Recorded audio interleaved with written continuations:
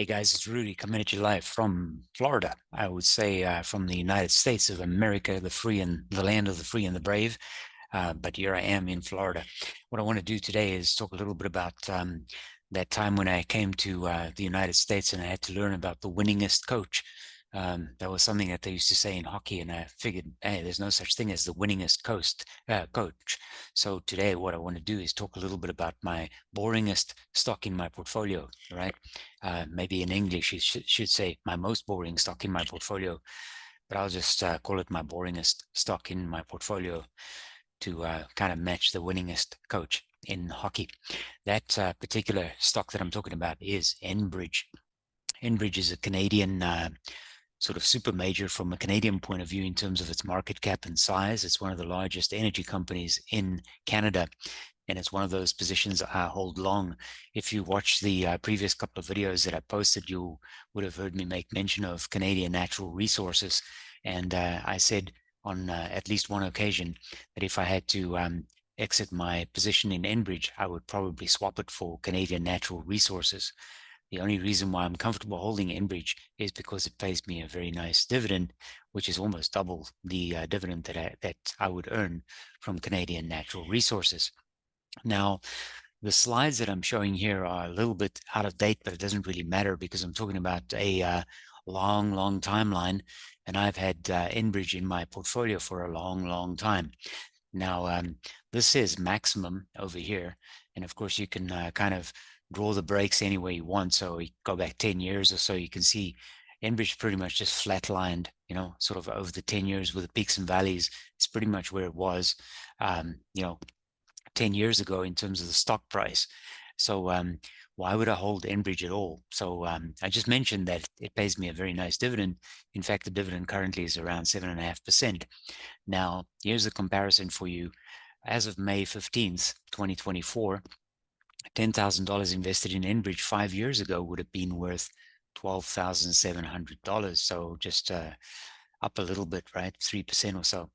But if you had reinvested your dividends, then your investment would be worth about $15,000, which is a compounded annual growth rate of around 6.9%, right? So the Dow over the past 100 plus years or so has, on average, delivered about 6%, and one has to be very cautious with averages because the average means that sometimes in 1 year it might have been down 20 or 30%, but then in the next year it might be up, 20 or 30%, which is a wash.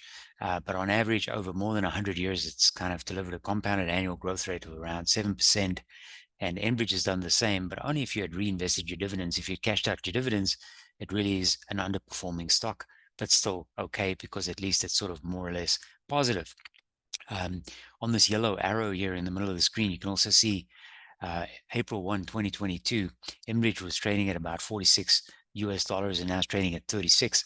So if you would want to sort of add Enbridge to your watch list, or maybe look at putting a little bit of Enbridge into what I call a high yielding savings account at $36, it might not be a bad time to do so. You can always add it to your watch list.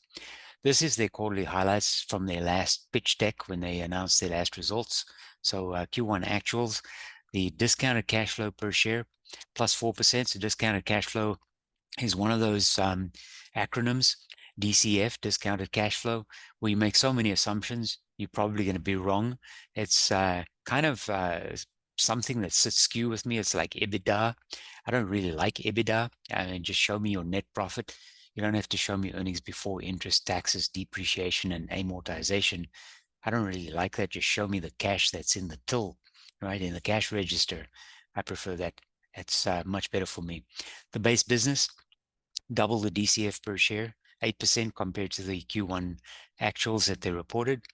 And the debt to EBITDA ratio, once again, EBITDA, 4.6, more or less in line with the quarter, which was 4.7, the debt that they reported. They are committed to a low risk model. And it's interesting where Enbridge sits here sort of in the middle between the utilities and US midstream in terms of business risk. Over here on the far right-hand side, you can see 98% cost of service contracted cash flows. That's a good position to be in. 95% of customers are investment grade. That's a good thing too. Let's ignore EBITDA for a minute. and approximately 5% of debt portfolio exposed to floating rates. It's okay because it's a relatively small percentage. What does Enbridge actually do? So one of the reasons why I like Enbridge is because in addition to being involved in energy and production, it's also a gas supplier. And as a utility for the province of Ontario, where most people in Canada live or reside, Enbridge is the utility that supplies them gas. In the summer, it gets hot and humid in Canada. So natural gas is used for cooling. And of course, for most of the year, it's cold, right? So the natural gas is used for heating. So they use it in their furnaces for heating their homes. People sometimes joke and they say, when is summer in Toronto? And in case you were wondering, it's sort of the last weekend in July, which is where we are right now. So this weekend coming up is summer. And then as soon as the weekend is over, we're back into the fall. Capital allocation priorities for Enbridge is nice. Balance sheet strength. They do have a really strong balance sheet. A sustainable return of capital. They've been returning capital to shareholders for a long, long time. Further growth. They also put aside some money for a variety of different growth strategies, and that's a good thing too. And then maintain their leverage or debt within a 4.5 to 5 times EBITDA range, right? So that's sort of where they are. Good company, strong. First choice investment for people who like dividends, like yours truly, right? So the capital appreciation, dividend growth, 12%, total shareholder return, TSR, since 2004. So in other words, over the past 10 years or so, $3.66 on an annualized basis. Diversified low risk pipeline and utility model. It's nice to own pipelines because you are guaranteed cash in the bank, regardless of the commodity price going up and down, because these are contracted revenue clients that they are servicing with their pipelines. Reliable cash flows and strong balance sheets. One of the reasons for the reliable cash flow is the fact that they're a utility of natural gas in the province of Ontario. It's a good place to be. 29 years of annual dividend increases.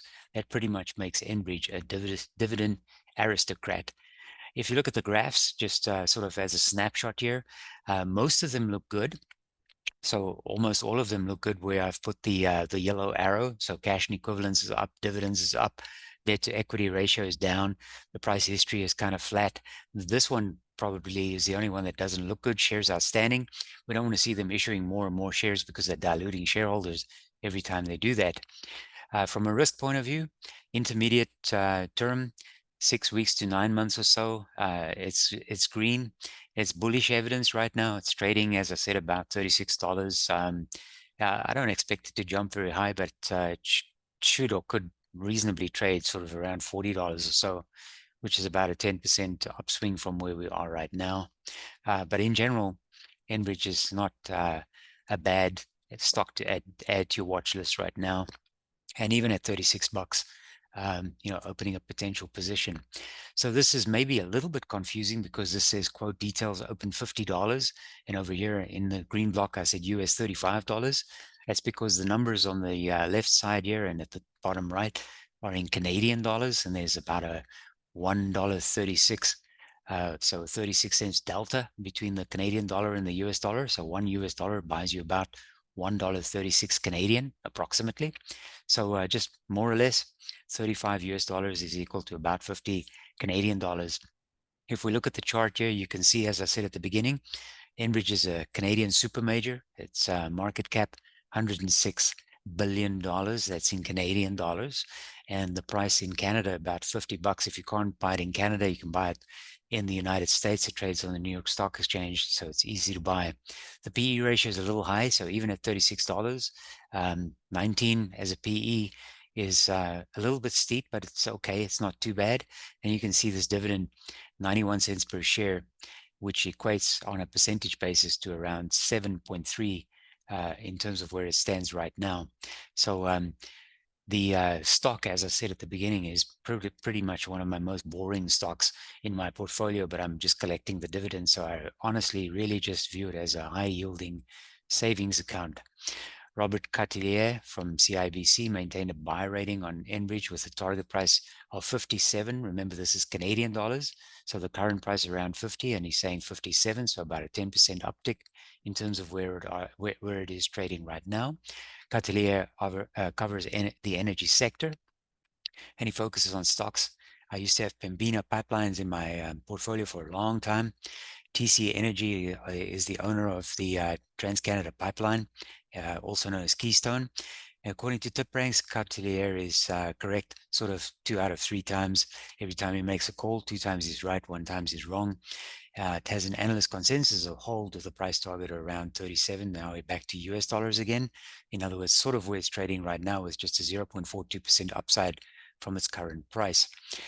So that's Enbridge. I'm not sure if any of you are long in Enbridge or if you are even interested in Enbridge. It is a stock where you would not expect too much stock appreciation at all in terms of the stock price. But over time, if you view it purely as a savings account to park cash, to me, putting money into something like Enbridge is better than buying something like let's say a treasury bond or something like that might even yield 4.5%, 5%. And the reason for that is just simply because if I hold Enbridge, I can also get stock appreciation, which will make my stock portfolio look a little bit better. And if you equate that in nominal terms, even if I get a 3% uptick in the stock price plus a 7% dividend, I'm up 10%, it's okay, right? Whereas if you hold the treasury, whatever the rate is, that's what you're going to earn. So if you have cash, and typically cash awaiting investment, some stocks that you can park your money in could include something like Enbridge. So I hope this is helpful to somebody, or otherwise at least a little bit entertaining. Thanks for watching. Take care. Bye-bye.